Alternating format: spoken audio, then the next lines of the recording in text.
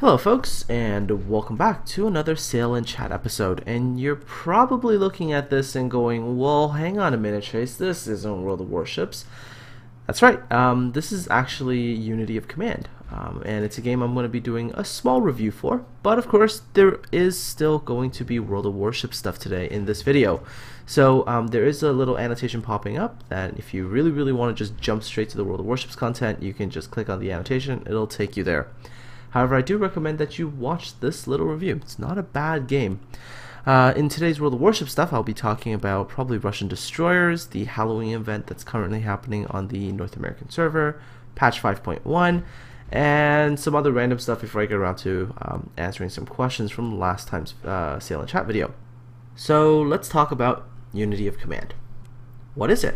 Well, the best way for me to describe Unity of Command to you is that, first of all, it's a turn-based strategy game, but if you want to visualize it, what you're doing in this game is you're taking on the role of a general. You have access to all of your units, your entire army, and you're looking at this grand strategic map in your headquarters, and you're issuing orders to your units to tell them what to do, where to go, in order to complete your objectives. That would be the gist of the game. Now, if you pick up this game, it's rather easy to get into, because what you can do is you can open up a scenario map, click on your unit, click on the enemy unit, or just move your mouse over the enemy unit, and you'll see a little predictor thing telling you whether or not that engagement will go favorably. Will you lose units? Will you kill the enemy unit? So on and so forth. So easier to get into. But clicking on stuff and watching other things go boom does not make a strategy game. So where is the complexity? Where is the actual strategy? Well, now I'm going to tell you a little bit about that. So the game, first of all, is a lot more complex than it looks, because you've got to deal with things like supply lines, the weather, terrain, so on and so forth. So let's first cover supply lines. So when you start, your troops are well supplied because you've got supply lines connecting to them, everything's great. But as you advance, as you start pushing the enemy, and as you start to move up, and as the enemy start to sort of counterattack you, you will start to cut off their supply lines, they will start cutting you off from your supply lines, and pretty much after like 2 turns without supplies, for example, your units basically become useless. They no longer have the ability to fight. So you can imagine how important maintaining those supply lines are. And that is a pretty big factor in this game. Now, of course, you can play a really easy mission and you don't really have to worry about it too much, but once you get to the harder missions, it becomes something that you've got to constantly think about. In fact, during one engagement, I remember, I had sent my southern pincer into enemy territory. I made the good thrust, took a lot of territory, but my supply lines couldn't keep up. And after 2 turns, my units couldn't do anything, and I was like, oh crap, I just lost basically half my army because they aren't supplied. Something to definitely think about. Weather also plays a role. They can decrease your unit's effectiveness, etc, etc, etc. So weather plays a role. But what I really want to talk about is terrain, because terrain to me was very interesting, because there was a few times where I was playing this and I was like, oh yes, I've totally got the city captured, it just need one more turn, I can do this, and there's an annoying river in the way. And rivers have this amazing ability of slowing your advance to a crawl. Crossing a river, 1 whole turn. And of course, when some games only last 6 turns, 1 whole turn is a big deal. So those kinds of things where in a lot of other strategy games might not play a role at all. In Unity of Command, it is modeled relatively realistically, because if you think about it, historically, rivers were considered relatively major obstacles to advancing on the enemy. So that's definitely something that I appreciate, that this game tries to maintain both a balance of playability and historical accuracy. So what else is there? Well, the other cool thing is strategy. You look at the way your forces are deployed, you look at the enemy lines, you look at the enemy forces, and you go, okay, what do I do? How do I engage this enemy army? So initially, if you look at this battle that I was in earlier, you'll see that we sort of started off where I was sort of directly in a line with the Russian forces. And what I decided to do was to create essentially 2 pincers, one north, one south. I'm going to drive in, I'm going to cut them off, and then destroy everything behind me, and then push on to the objective. So as you can see by this stage of the battle, I've already got a northern force that's pushing, I've got a southern force that's pushing in, and I kind of want to try to pincer this sort of Russian army there in the middle and destroy them, and then push on to the two objectives, which is the two cities. So that's where you have to really think about strategy. What do you want to do? How do you want to do it? Not only that, but you've also got to consider things like unit usage. So for example, your infantry, which when it's non-mechanized can't move very far, versus your armored and mechanized forces, which can move a tremendous amount of distance. Well, what do? Well, you might want to consider maybe using your armored and mechanized forces as the spearhead, you know, to push through, kind of like blitzkrieg, really. Anything that's going to bog you down, you kind of ignore, let the infantry kind of wipe them out, and then just basically race behind enemy lines, and then cut them off from their supply, and then basically crush them. And finally, there was one last thing about Unity of Command that I liked. There was the really sort of fixed timeline to get things done. The game says you've got 6 turns to complete your objective. That's it. You've got 6 turns. 6 turns is up. Doesn't matter how close you are to that final objective. Even if that final objective has no more guys guarding it, if you don't capture it within 6 turns, game's done. You failed. And that's very similar to a lot of real military engagements where generals were given deadlines. Hey, you've got until this hour of this day to finish this, otherwise the entire operation falls to pieces. So if you like this kind of thing, Unity of Command is definitely a game for you. However, I'm pretty sure somebody just said, well, hold on a minute, Chase, why are you interested in this game? You're a naval enthusiast. You like the naval games. Why do you care about this land-based game all of a sudden? Well, first of all, it's a fun game. I do enjoy playing games that are war games, regardless of whether it's on land or on the seas. But what really got me kind of interested is seeing the developer blogs, or at least their news. I'm not sure if it was a blog anymore, but I remember reading that they're developing Unity of Command 2, which is the sequel to this game. And they mentioned that in the sequel, there is going to be elements of naval support that is going to make it into the second game, which certainly piqued my interest, and while also let my imagination run a little wild, because I'm starting to dream up a potential naval version of this kind of game. Can you imagine if you were in command of an entire navy, say like as the chief of naval operations, you control the entire navy, and you were given a series of tasks, missions, and whatnot. So imagine doing the hunt for the battleship Bismarck, but instead of doing it from the perspective of the captain of the ship, you have the perspective of the entire chief of naval operations, and you're directing vessels into a certain area to hunt down one ship. I don't know, that'd just be a really cool thing. It's kind of like this game, but on the seas. And so, you know, it's for now still my imagination, but who knows, maybe it'll become a reality in the future. Anyhow, if this feels like your kind of game, then I would definitely suggest looking them up on Steam and, you know, supporting developers. So anyhow, folks, that brings me to the end of the Unity of Command section of the video. Let's move on to some World of Warships, because there's a lot of things to talk about. So first up, oh yes, and this is gonna be the Salem Witch, by the way, in case anybody's wondering, like, what is this? It looks like a funny little Des Moines with cool colors. Yeah, it's the Salem Witch. It's part of the Halloween event, but I'll get to that in a second, because the first thing I want to talk about is Russian destroyers. Because remember I made those videos and I was like, oh my god, these Russian destroyers are so outrageously powerful, they need a nerf? Well, guess what? Wargaming listened, and the Russian destroyers got nerfed. I kid you not. The Russian destroyers actually got nerfed. So the biggest nerf that I can tell is that while they're still fast, the big nerf that I can tell is that their invisifire window is a hell of a lot smaller. So the surface detectability range when the guns are fired went up from like 3.6 up to 5.9, which means that the Russian destroyers, even at tier 10, have a relatively small invisifire window. They still have it once you have, of course, you know, obviously concealment expert and advanced fire training. They still have it, but it's a much smaller window than before. Also, they've taken away things like the range mod that was originally available on the tier 10 Russian destroyers.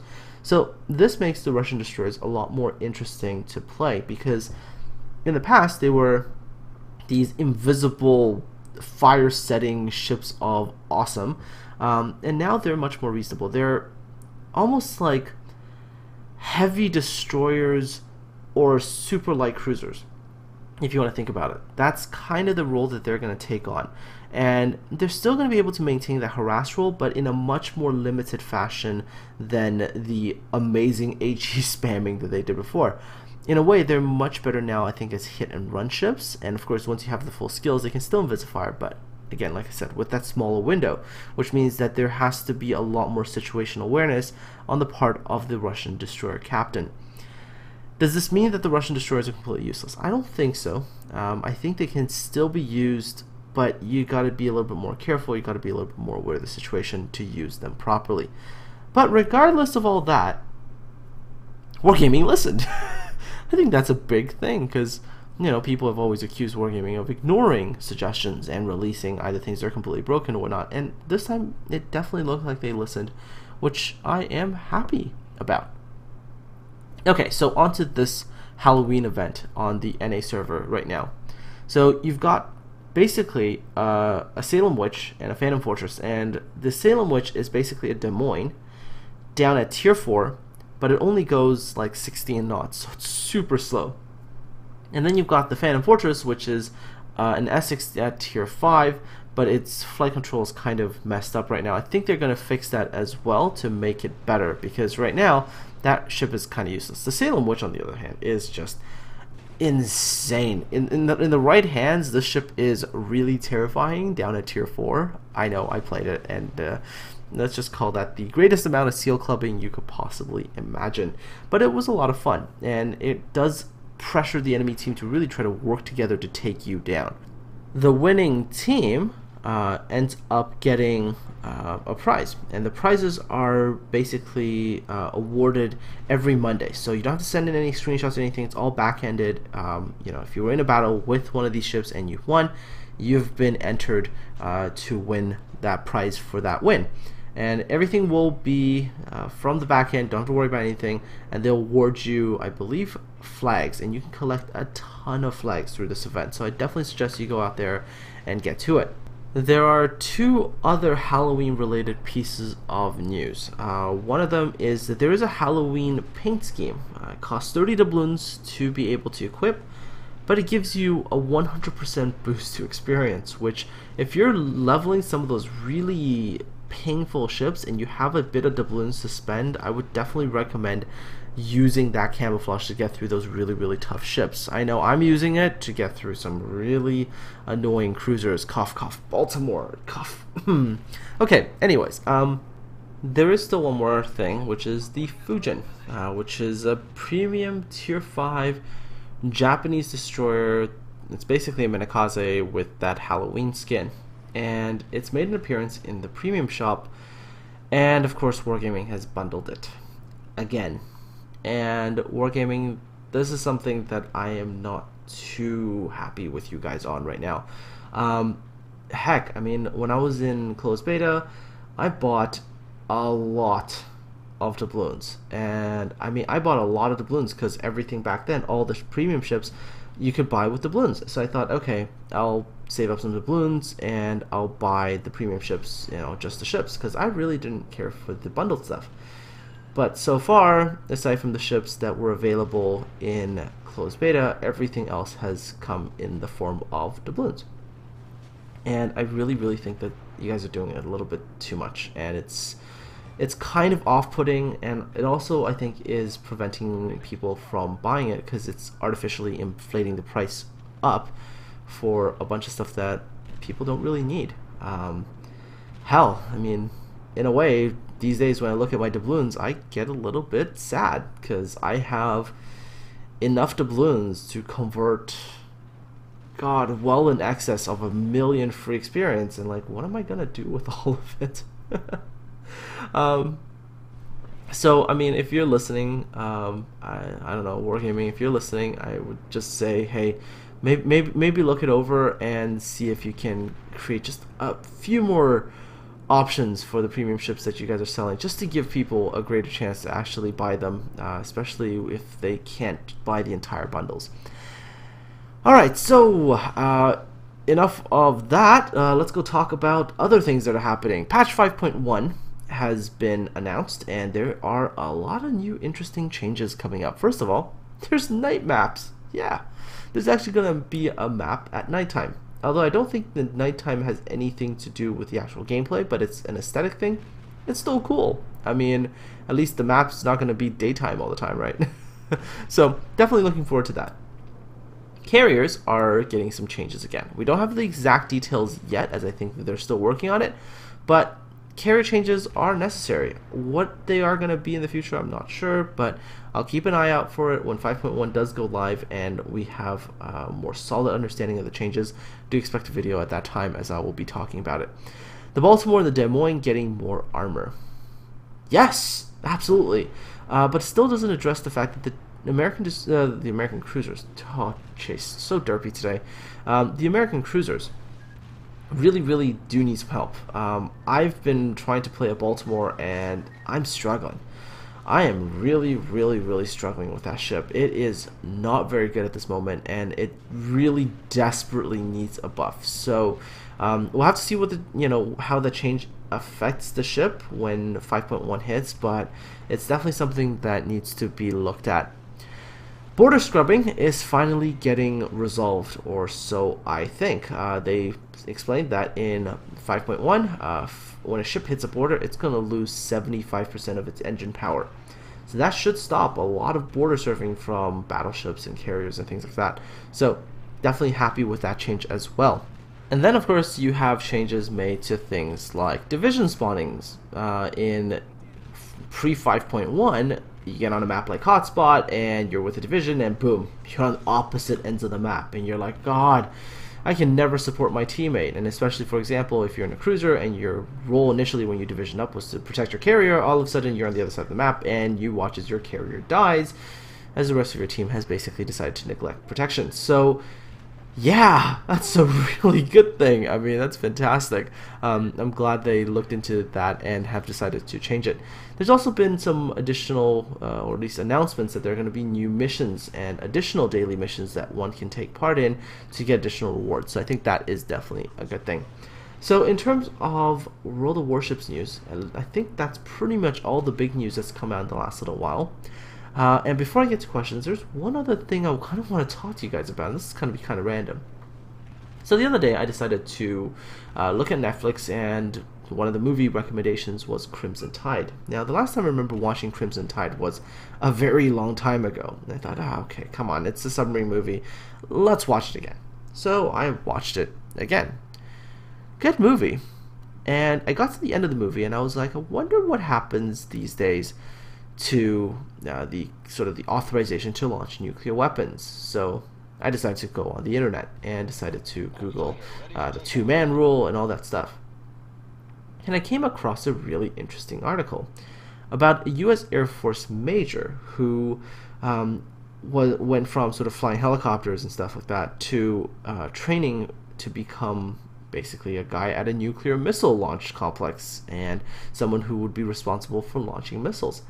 And during the training course, this major, by the name of Major Harold L. Herring, in the middle of training, asked a very simple question. And the question was, how can I know that an order I received to launch my nuclear missiles came from a sane president? In 1973, he asked this question at Vandenberg Air Force Base, where he was training to become a missileer. And he asked this question because as an officer, as a major, he was under oath to carry out only lawful orders. So to him, the question seemed perfectly legitimate. Oh, but the military disagreed with that perspective. They promptly removed him from the missile training class and then discharged him from the military. So, of course, there's going to be a whole bunch of appeals and everything, and I'll get to that in a second. The question that Major Herring posed in 1973 wasn't exactly an outrageous question, because at the time, Richard Nixon was the president, and it was rumored that Nixon was drinking heavily and acting very erratically. In fact, the president's behavior was so odd that the Secretary of Defense, the number 2 in the nuclear chain of command, had asked his officers to double check with him before carrying out any unusual orders from the president. So Major Herring obviously appealed the discharge, and at the Air Force Board of Inquiry, the Air Force stated that knowing whether or not a launch order is lawful is beyond the executing officer's need to know. And Herring replied very simply, I have to say I feel I do have a need to know because I am a human being. It is inherent in an officer's commission that he has to do what is right in terms of the needs of the nation despite any orders to the contrary. You really don't know at the time of key turning whether you're complying with your oath of office. Well, the appeal didn't really go anywhere, and of course Major Herring lost his position in the Air Force. But now, today, so many years later, I looked this up and said, okay, so if somebody asked this question all these years ago, has this issue been dealt with? Have they resolved it? Well, the answer is nope. This issue is still out there, and it still hasn't been resolved. So, you know, in a way, Major Herring has just become one of those forgotten people, somebody whose contributions or whose thoughts or whatnot are kind of lost in the grand shuffle of things. So, you know, today on a day like this, I salute you for having asked that question, and hopefully someday in the future, maybe we'll get a proper answer for that very difficult question. Well, let's move on to some viewer questions from the last Sail and Chat episode. First off, from Cerno Tlapka, who is wondering about fourth row skills on a destroyer. Well, Cerno, if you're on a Russian or American destroyer, you can consider getting advanced firing training because it'll make your guns viable, especially for the American destroyers. It'll make invisive firing a little bit easier to achieve. If you're on the IJN destroyer, however, I would definitely say you would want to opt for the skill that allows your ship to continue operating even when your rudder and your engines have been knocked out. So in terms of fourth row skills, that's what I recommend. I hope that is of assistance to you. Our next question comes from Daniel Barry, who asks, and please tell me you talked to them about HE.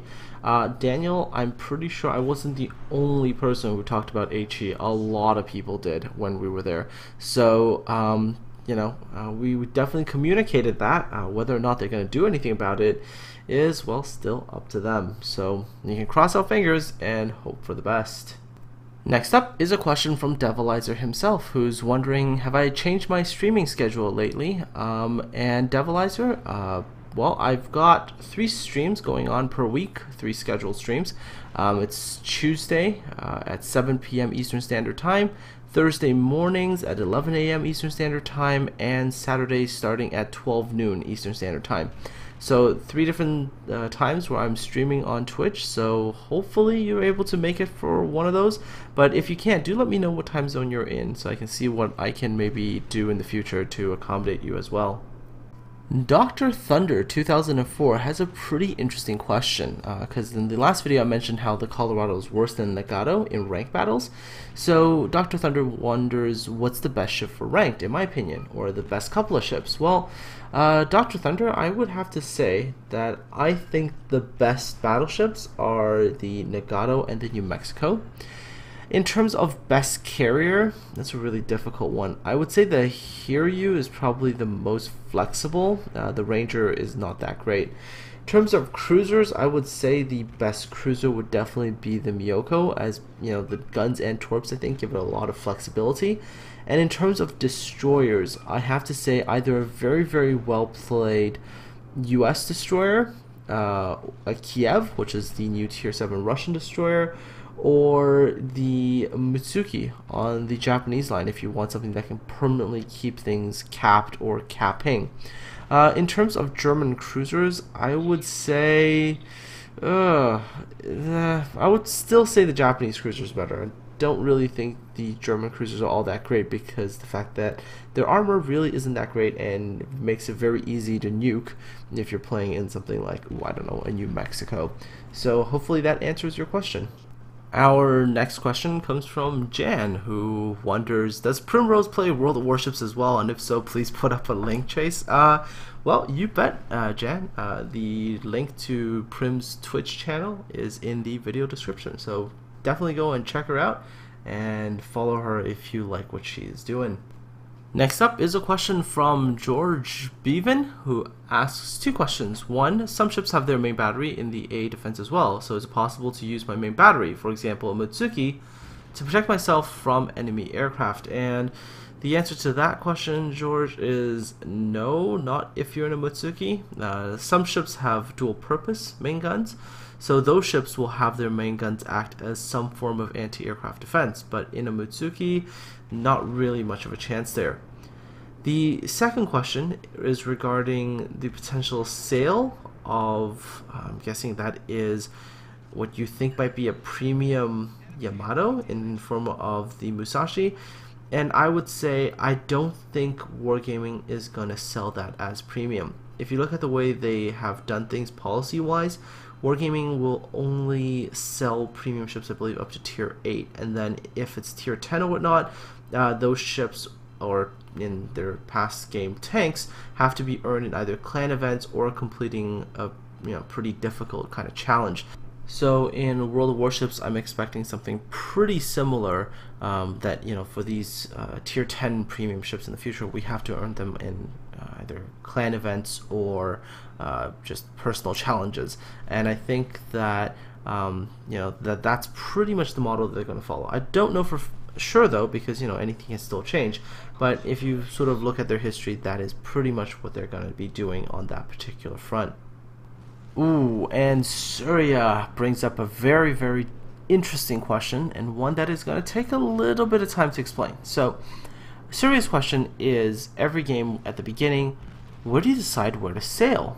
It's a very complex question because you have to factor in all sorts of different factors, such as the composition of your team, the composition of the enemy team, what mode you're playing, so on and so forth. Wow, Surya, very, very, very good question, and it's a very difficult one for me to answer. I think a simplified answer would be, where are you as a ship going to be most effective? So for example, if you're in a battleship, you're not really going to be that useful in narrow straits or around islands. That's not really going to be the strong point for your ship. So generally as a battleship, I would choose to go to a place where it's a little bit more open. I can maneuver kind of freely without worrying about running to islands. On the flip side, if I was a destroyer, I don't really want to go into an open ocean. So, if you think about the ocean map, for example, it's really difficult to play destroyer on that map. So as a destroyer, I would want to be in sort of shallow areas and narrow confines of a place. Although surprisingly, I wouldn't want to go there on a Japanese destroyer, really, because the Japanese destroyers have that torp range and everything and that high stealth. I would be doing that on, let's say, the US destroyers, or the Russian destroyers, where they really, really depend on ambush. So it's a very difficult answer about specific ships, but I would say the general consensus would be to I would say the general consensus would be to just go to the area where your ship can excel, where you're most able to use the strength of your ship to deal with enemy ships, and kind of go from there and then make adjustments. It's a very fluid kind of game, right? Warships is a very fluid kind of game. If you see the situation changing, you adapt, and I think being adaptable is really, really important as a warships captain. So I hope this advice helps. If you find that this wasn't really that much use, do make sure you leave me another comment, and I'll try to dig into even more detail the next time as well. And our very last comment from the day comes from Verkiller, who says, I really think you were pointing at the screen every time you said something like over there or something like that. And oh my goodness, Verkiller, you totally caught me. When I was making that video and I was watching my own sort of walkthrough of TwitchCon, I was literally pointing at stuff on my own monitor and going, oh look at this, and oh look at that. And I didn't really realize I was doing that until after I had the video uploaded, and then I was watching it and I was like, damn, how was I actually going to expect people to know exactly what I was pointing at? Because that was just something that was so bad. That was yeah, that was just terrible, because that was the natural human reaction to just point at stuff. But next time I make a video like that, I'll definitely try to throw in some like guiding arrows or something that'll make life a little bit easier for all of you who watch that. Well, folks, that brings me to the end of this Sail and Chat episode. It's a little bit longer than last time. Of course, if you have questions or comments or anything like that, make sure you leave it in the comment section below, and I will read through it and answer it in the next episode of Sail and Chat. Alright, I wish you all a very, very good week, and I'm looking forward to seeing you all on the high seas, hopefully at a low tier where I can club you with my Salem Witch. I kid. Looking forward to seeing you all on the high seas, folks. Take care.